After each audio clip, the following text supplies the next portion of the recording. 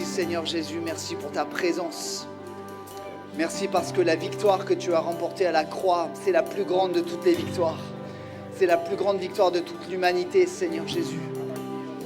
Et Seigneur, nos mots sont bien trop faibles, Seigneur, pour exprimer notre reconnaissance de tout ce que tu fais, Seigneur. On veut juste dire, digne est l'agneau de Dieu, digne est Jésus-Christ. Merci pour ta présence, Seigneur. Conduis-nous. Vraiment, continue à nous conduire. Nous voulons marcher à ta suite, Jésus. À toi soit la gloire, Jésus. Amen. Amen. Je vous invite à vous asseoir. Bienvenue à tous. Alléluia.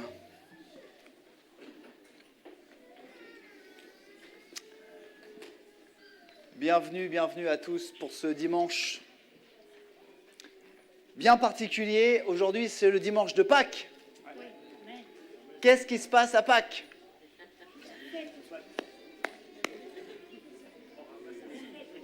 Qu'est-ce qui se passe à Pâques ? Les œufs, voilà, le chocolat, les poules. Voilà, à Pâques, les chrétiens, effectivement, célèbrent la résurrection de Jésus. Et je pense que partout dans le monde, ceux qui croient en Dieu, en Jésus, se rassemblent pour fêter, pour célébrer, pour se rappeler de ça. Et nous voulons profiter, nous, à l'Église Vie et Foi, de partager avec vous l'Évangile. Quoi de mieux que le jour de Pâques que de partager l'Évangile de la bonne nouvelle ? Parce que finalement, parler aux chrétiens à Pâques, en fait, les chrétiens, ils savent de quoi on parle. Mais ceux qui ne connaissent pas le Seigneur, c'est eux notre priorité. Les chrétiens, vous êtes d'accord avec ça ? Alors ceux qui ont beaucoup d'amour pour eux-mêmes disent « non, mais moi j'aime bien qu'on s'occupe de moi, on vous aime beaucoup ». Mais notre mission à tous, c'est vraiment de partager la bonne nouvelle autour de nous. Et on voudrait vraiment vous souhaiter la bienvenue si vous venez pour la première fois, si on vous a invité, comme le disait Charlie tout à l'heure, vraiment sentez-vous vraiment à l'aise dans ce lieu où des hommes et des femmes qui croient en Jésus et qui sont bien imparfaits. Qui est imparfait ce matin ? Ok. Mais qui croient que Dieu les aide à grandir, voilà, et à progresser, se rassemblent. Donc je voudrais vraiment qu'on puisse être ouverts ce matin. Et c'est un privilège pour nous. C'est un privilège, c'est une responsabilité, mais c'est un privilège pour nous de partager l'Évangile. C'est plus qu'un privilège, c'est même un devoir. L'apôtre Paul, un des auteurs de plusieurs livres de la Bible, dit « Malheur à moi si je n'annonce pas l'Évangile ». Vous savez, l'Évangile, on va en parler, c'est comme un merveilleux trésor qu'on ne voudrait pas partager. On est tous d'accord, hein, on vit dans un monde individualiste où les gens sont égoïstes, mais nous, ce qu'on veut, c'est le trésor qu'on a reçu. Il est tellement grand qu'il y en a trop pour nous. Donc on voudrait le partager avec vous. Amen ? Ça, c'est important. Et on voudrait partager l'Évangile avec vous. Et malheureusement, on entend beaucoup de choses, on voit beaucoup de choses ces derniers temps qui ternissent la vraie image de la foi en Dieu et en Jésus. Et je voudrais ce matin que tous ensemble, nous puissions faire ce qu'on appelle peut-être un reset. Ça parle à des gens ici, un reset, une remise à zéro. Voilà. Une page blanche de tout ce que nous avons peut-être pu entendre qui nous a déçus.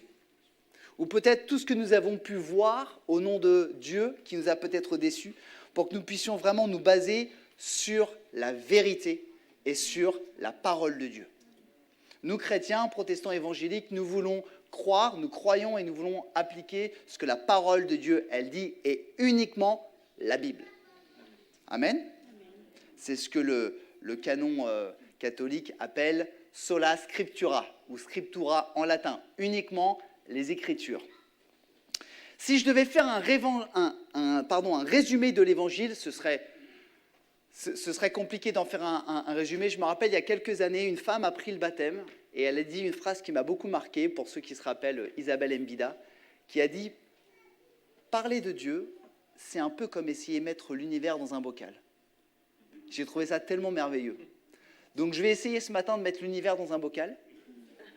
Et si je devais résumer l'Évangile, la bonne nouvelle, parle de Dieu le Créateur, parle de Jésus son Fils, du Saint-Esprit. La bonne nouvelle de l'Évangile parle de l'humanité tout entière, de la vie sur terre et de la vie éternelle après la mort. Voilà un condensé, voilà ce qu'on va aborder ce matin. Et je voudrais avec vous partager quelques vérités qui viennent de la Bible, parce que le message de la bonne nouvelle, l'évangile, est prêché depuis plus de 2000 ans, et c'est un message qui n'a pas changé. Les gens qui le prêchent ont peut-être changé, les gens qui le prêchent s'habillent peut-être d'une autre manière.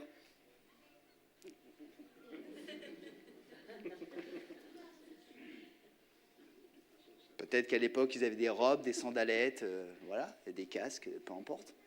Je ne suis pas sûr qu'ils avaient des Air Jordan à l'époque. Mais le message est le même. Et on voudrait vraiment partager ce message avec vous. Alors avant de rentrer dans le vif du sujet, je voudrais simplement que vous puissiez juste donner un petit coup de coude à la personne à côté de vous et lui souhaiter la bienvenue.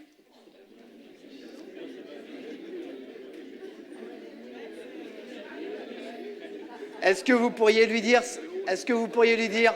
je suis content de t'avoir avec moi ce matin. Je suis content de t'avoir avec moi ce matin. Je suis content de t'avoir avec moi ce matin. Alléluia. Vous avez remarqué, on reçoit toujours mieux les choses quand on est détendu. Hein. Souvent, on est un peu guindé, on se dit mince, et le Seigneur veut vraiment nous parler avec authenticité. Je voudrais partager avec vous ce matin 4 vérités bibliques sur l'Évangile. La première que je voudrais partager avec vous nous dit que Jésus est vrai. Tout simplement. Jésus est vrai, il est la vérité, Jésus a existé, Jésus a vécu sur cette terre, Jésus n'est pas un mythe. D'accord ? Alors il y a peut-être quelques centaines d'années, les gens disaient non mais Jésus c'est un mythe, c'est une légende urbaine. Sauf qu'aujourd'hui, la grande majorité des historiens et des scientifiques, y compris les non-croyants, s'accordent tous pour dire que Jésus-Christ de Nazareth a bien existé. Amen. Ça, c'est important. Nous le croyons, mais les scientifiques, y compris non-croyants, disent que Jésus a existé. Et nous croyons que Jésus est venu vivre sur la terre, mais nous croyons surtout ce que la Bible dit. La Bible dit que Jésus est le Fils de Dieu et que Jésus vivait avant qu'il arrive sur la terre. Jésus est éternel, il était là dès avant la fondation du monde. Et la Bible dit également que Jésus, après être mort, crucifié, Jésus et ses Pâques est ressuscité et Jésus vit toujours. Amen. Et ce qu'on voudrait vous partager ce matin, c'est que Jésus est vrai, bien sûr, on ne peut pas le voir, on ne peut pas le toucher, mais on peut sentir sa présence, on peut voir ses prodiges. Et Jésus est vrai. Il était vrai avant la création du monde, il était vrai quand il a marché sur cette terre, et il est toujours vrai aujourd'hui, même si en tant qu'homme, il a été crucifié. Et ça, c'est vraiment important. Nous ne sommes pas là pour essayer de justifier par des faits l'existence de Jésus. Nous sommes surtout ici pour partager le message de Jésus. Parce que ce qui fait débat aujourd'hui, c'est où les gens ne sont pas d'accord, c'est qui Jésus était en fait finalement, et son vrai message. Nous croyons à ce que dit la parole de Dieu, et la Bible dit que Jésus est le Fils de Dieu et qu'il n'est pas né juste en zéro. Ou alors pour les fans d'histoire, il n'est pas né en zéro, mais quelques années avant l'an zéro. Et nous dit que Jésus était là avant, pendant et après. Et la naissance de Jésus sur terre, sa venue en tant qu'homme, le fait qu'il soit né en tant que bébé, qu'il ait vécu, est l'expression de sa mission. Et quelle était la mission de Jésus ? C'est mon deuxième point, c'est la réconciliation. Et c'est ce qu'on voudrait vous partager ce matin. Jésus est la réconciliation. Jésus a vécu sur terre et a été crucifié afin de permettre la réconciliation entre l'humanité et Dieu. Vraiment, c'est vraiment important. Alors vous allez me dire, mais pourquoi réconciliation ? Quand il y a une réconciliation, c'est qu'il y a quoi en face ? Il y a eu quoi ? Séparation. Il y a eu division. Ok ? Et effectivement, la Bible nous dit qu'il y a eu une division entre Dieu et l'humanité. Il y a eu une cassure, puisque la Bible dit dans les premières pages, premiers chapitres, que Dieu a créé l'homme et la femme parfaitement à son image. Il les a mis dans un cadre idyllique. Il leur a donné des règles. Et l'homme et la femme ont décidé, en tant que libre arbitre, de ne pas respecter les règles que Dieu leur avait données. Et il y a eu une séparation, une cassure entre l'harmonie spirituelle qu'il y avait entre le Créateur et sa créature. D'où l'entrée du péché dans le monde, ce qu'on appelle communément la chute. Non pas que Adam a trébuché sur une pierre et est tombé, c'est que spirituellement, il a chuté. Il y a une cassure, et la Bible dit que cette cassure a créé la mort spirituelle et la mort éternelle. Pas uniquement la mort que quand je serai vieux, je mourrai, mais vraiment la séparation éternelle d'avec Dieu. C'est un drame. C'est le plus grand des drames, d'être séparé de son Créateur. Et la Bible nous dit que tous les hommes et toutes les femmes sont pécheurs et privés de la gloire de Dieu.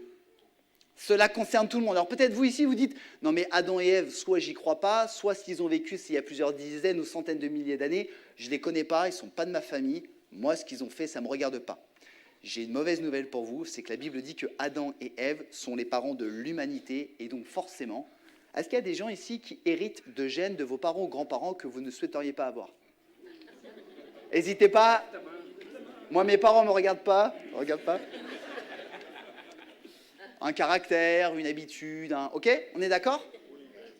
C'est la même chose avec le péché. Nous avons hérité, l'humanité tout entière a hérité du péché qui s'est déversé sur Adam et Ève. Et d'ailleurs, les scientifiques ont prouvé encore une fois, comme quoi la science vient renforcer la foi, que l'ensemble de l'humanité avait dans ses gènes des ancêtres communs, un homme et une femme.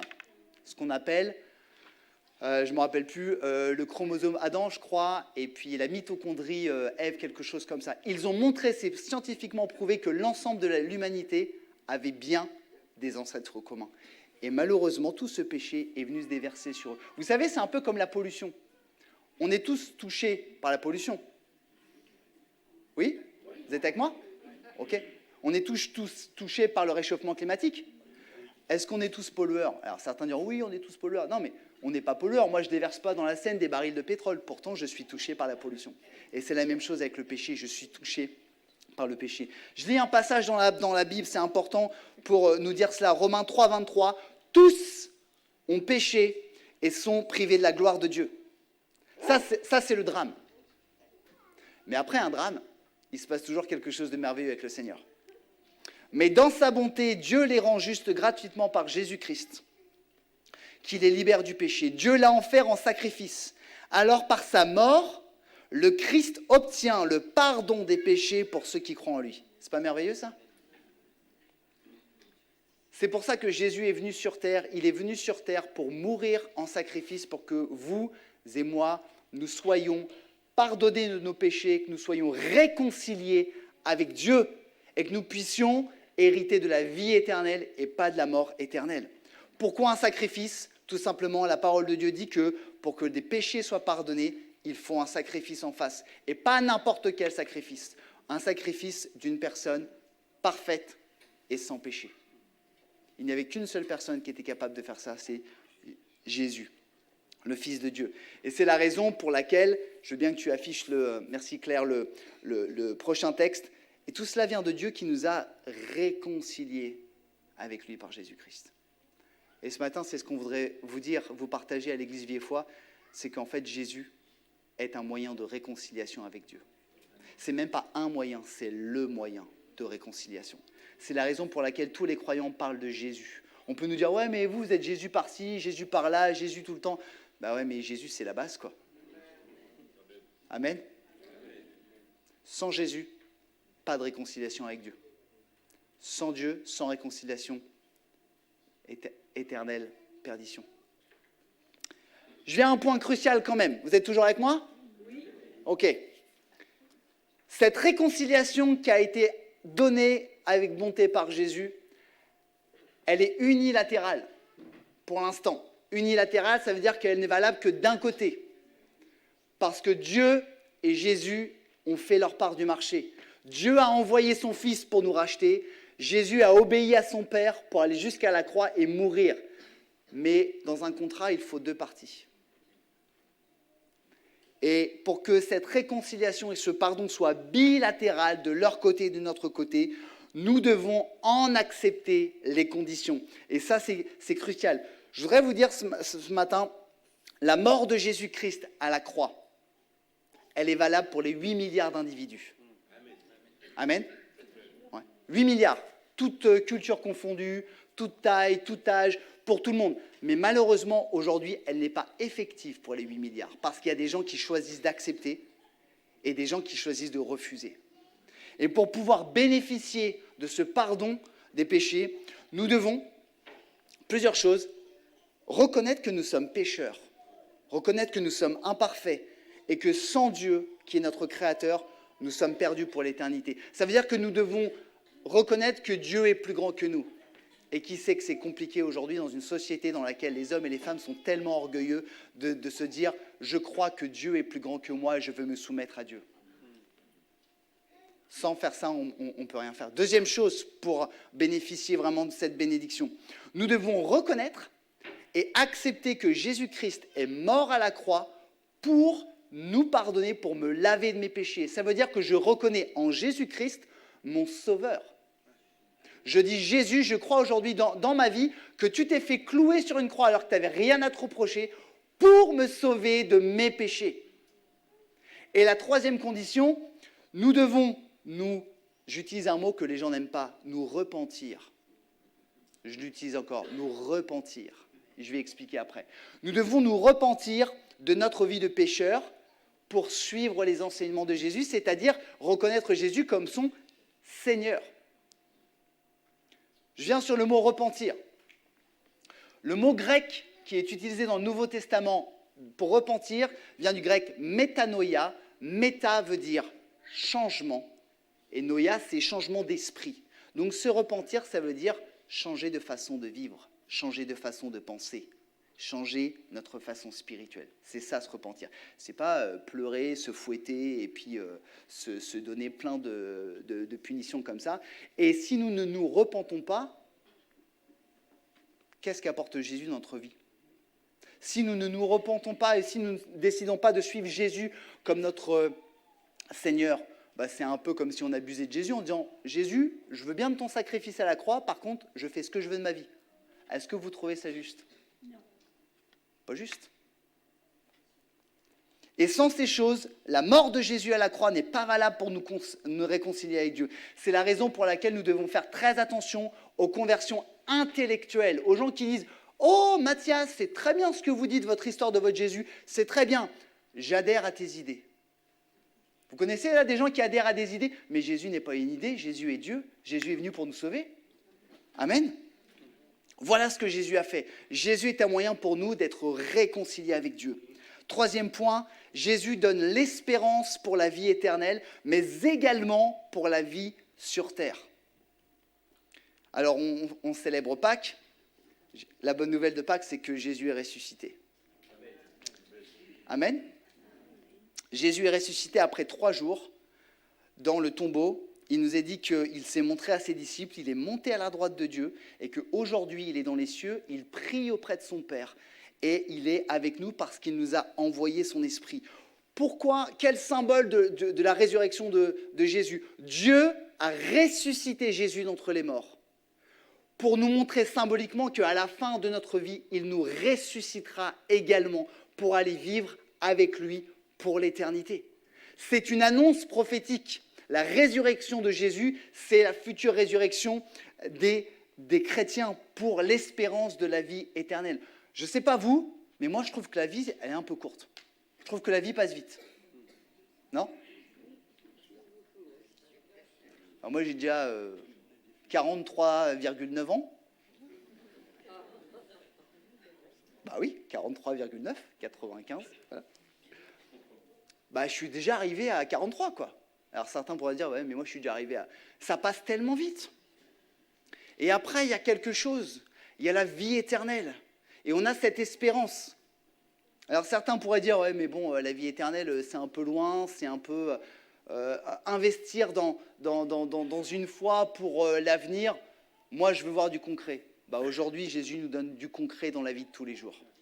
Parce que l'espérance que Jésus donne n'est pas uniquement pour la vie éternelle, elle est dans la vie quotidienne. Amen. Est-ce qu'il y a des chrétiens qui vivent Jésus au quotidien ici ? Amen. Et c'est quoi ça ? C'est quoi ce quotidien ? On ne se balade pas avec une croix sur notre dos. Hein. Non, mais on pourrait croire, hein, ou avec, je ne sais pas, des choses de superstition ou des choses comme ça. Tout simplement, Jésus, lorsqu'il est remonté au ciel et qu'il a laissé ses disciples sur terre physiquement pour ne pas les laisser orphelins, il a envoyé son Saint-Esprit. L'Esprit de Dieu, l'Esprit de Jésus. Et ce Saint-Esprit, qui est appelé en grec le paraclète, c'est-à-dire celui qui assiste, celui qui défend, celui qui conseille, celui qui console, il est là pour nous aider au quotidien. Jésus a dit à ses disciples, on lit ensemble dans l'évangile de Jean chapitre 14, « Je vous dis tout cela pendant que je suis encore avec vous. » Jésus va bientôt monter au ciel. Mais le défenseur en justice, le Saint-Esprit que le Père enverra en mon nom, vous enseignera toutes choses et vous rappellera tout ce que je vous ai dit moi-même. Je pars, mais je vous laisse la paix. C'est ma paix que je vous donne, je ne vous la donne pas comme le monde la donne. C'est pourquoi ne soyez pas troublés et n'ayez aucune crainte en votre cœur. Le Saint-Esprit veut nous dire, peut-être à vous qui êtes venus, peut-être pour la première fois, ne soyez pas troublés et ayez la paix dans votre cœur. Dieu, Jésus veut vous remplir de son esprit pour que chaque jour, vous ayez la ferme assurance de ne pas marcher tout seul. Et ça, je le dis en connaissance de cause, c'est extraordinaire. C'est pas vrai ? Moi, je préfère le Saint-Esprit que les médicaments.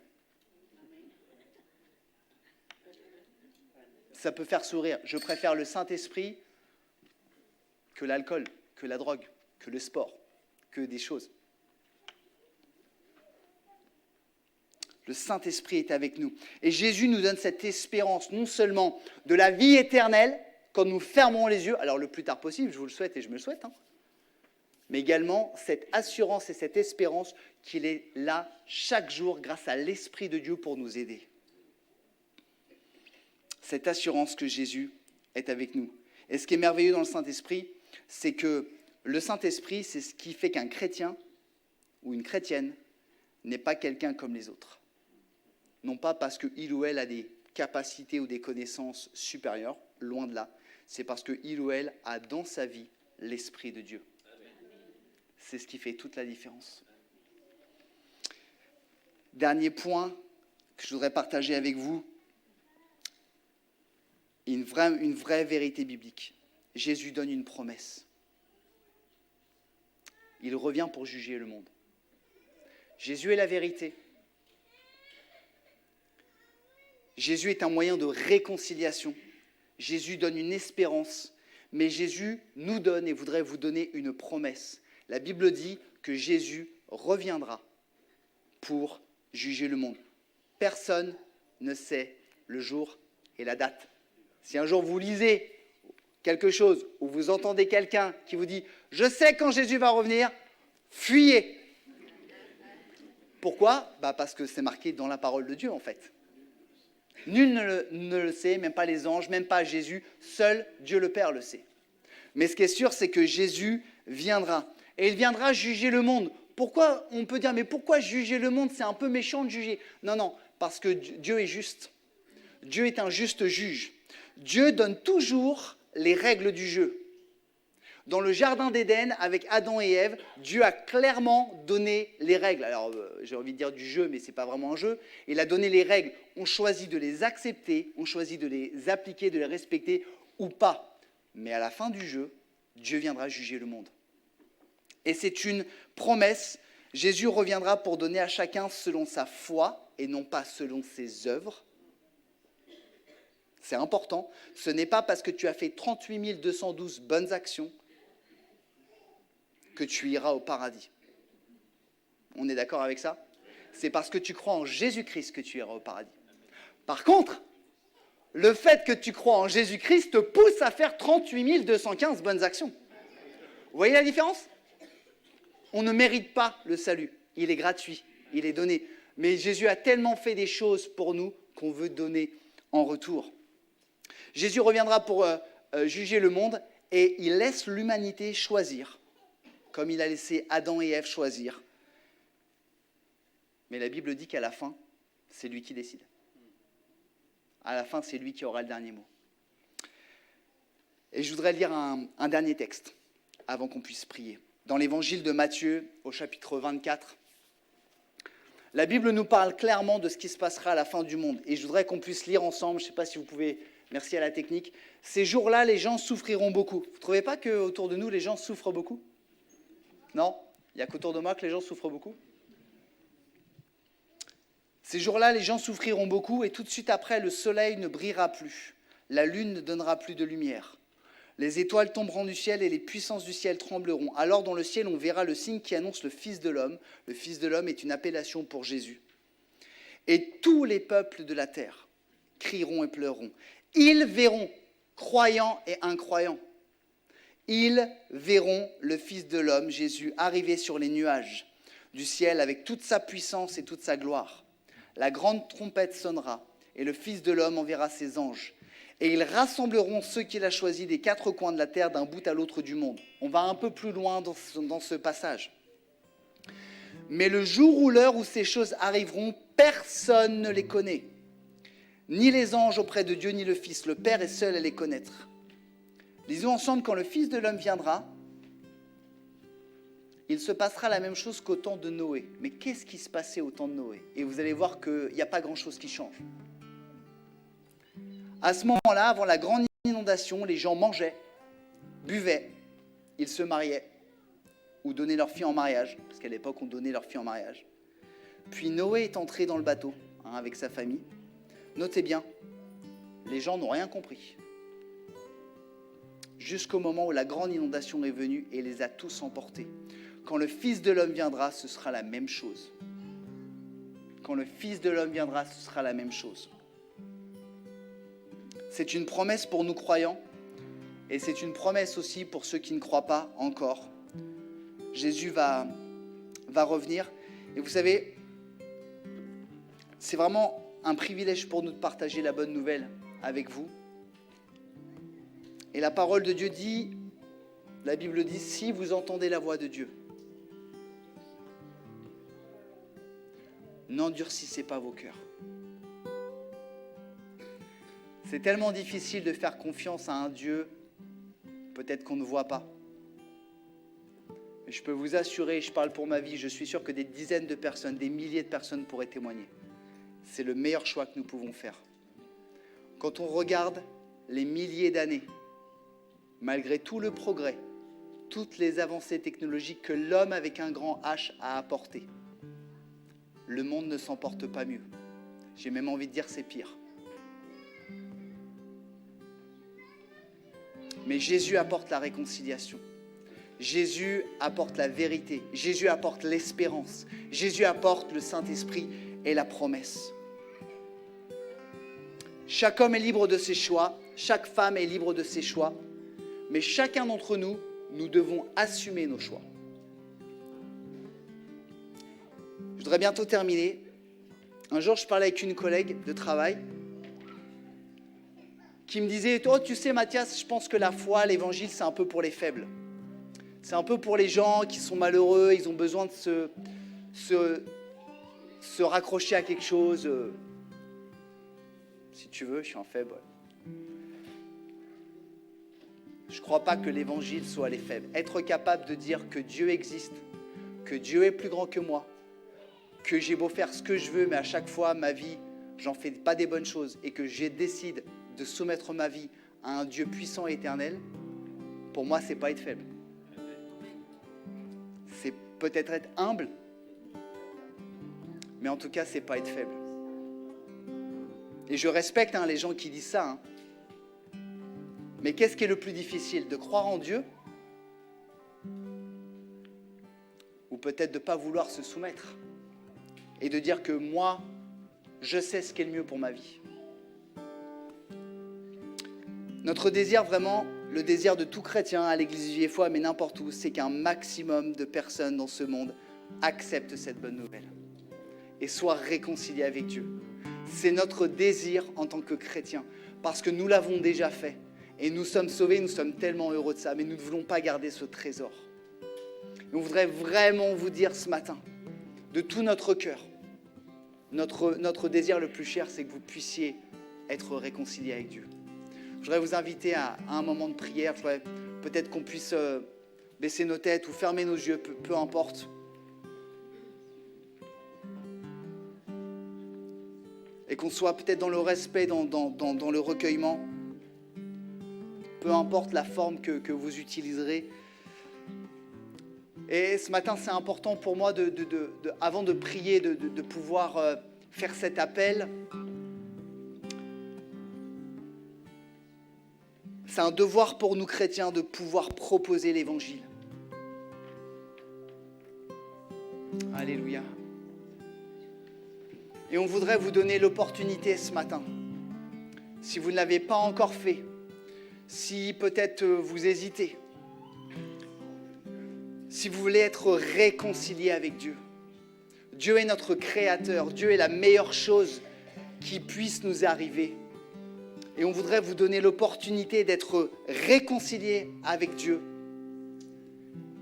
d'accepter ce que Jésus-Christ, son Fils, a fait sur la croix pour nous pardonner et nous laver de tous nos péchés, peu importe les péchés ou la gravité. La Bible dit que Jésus est mort sur la croix pour tous nos péchés. Et on voudrait aussi vous donner l'opportunité ce matin de l'inviter dans votre vie, parce que Dieu n'est pas un Dieu uniquement du ciel. Dieu, Jésus, est un Dieu du quotidien, qui se révèle, qui nous aide chaque jour, à chaque seconde. Et pendant peut-être qu'on est dans ce temps de recueillement, peut-être que les têtes sont baissées, si ce matin c'est votre cœur ce matin, si vraiment c'est votre désir ce matin, là où vous êtes, je ne vais pas vous demander de vous lever, mais je voudrais simplement vous encourager peut-être à lever votre main et à me faire signe là où vous êtes de la main pour que je puisse prier pour vous. Amen, merci pour cette main. Merci aussi. Amen. Je vous invite à rester vraiment dans le respect. Merci pour cette main, pour ces mains levées. Vous pouvez les baisser, merci. Je laisse encore quelques secondes. Merci pour cette main. Merci pour cette main. Merci pour cette main. Alléluia, merci pour cette main. On ne lève pas une main devant un homme, devant un pasteur. On lève la main devant Dieu. On lève la main devant le Seigneur et lui voit notre cœur. Alléluia. Je voudrais inviter l'assemblée à se lever avec moi, s'il vous plaît, avant qu'on puisse continuer par la louange. Et je voudrais qu'on puisse prier ensemble. Je voudrais prier pour ces hommes et ces femmes qui ont levé leurs mains et décidé d'être réconciliés avec Dieu. Je vous invite à prier avec moi. Seigneur, merci Seigneur pour ces réponses. Merci pour ces gens qui ont le courage de lever leurs mains et de dire « Moi j'ai besoin de Dieu, je veux être réconcilié avec Dieu ». Seigneur, nous savons que tu regardes au cœur. L'être humain regarde aux apparences, mais toi tu regardes le cœur. Et nous savons et je crois aujourd'hui que tu vas venir vivre dans la vie de ces gens. Tu vas venir te révéler qu'aujourd'hui, tu les pardonnes de tous leurs péchés. Tu viens laver tous leurs péchés, tu viens leur donner cette paix. Et tu leur donnes ton esprit pour qu'au quotidien, elles puissent sentir la présence de Dieu. Seigneur, je te prie pour toute cette assemblée, peut-être pour les personnes qui n'ont pas osé lever la main, alors que tu puisses te révéler à elles. Alléluia. Seigneur, merci pour ce que tu fais, Seigneur. Nous ne voyons pas ce que tu fais, mais nous savons que tu le fais, Jésus.